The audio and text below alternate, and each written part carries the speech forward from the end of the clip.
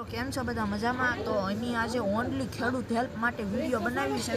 તો જો મિત્રો, તમારે તમે પાણી રાતે વાળતા હોય એટલે તમારે પાળા સુધી ન જવું હોય તો તમારે એક ટ્રીક છે, એ તમારે જોઈ લેવાની.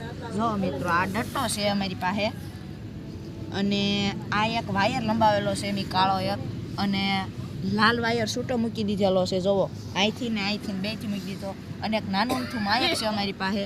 તમારે મોટું લેવાનું, ગમે એવડું લેવું હોય એટલું લેવાનું.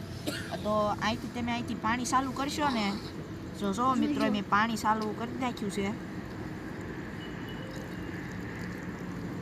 જો મિત્રો, મેં પાણી ચાલુ કરી દીધું છે.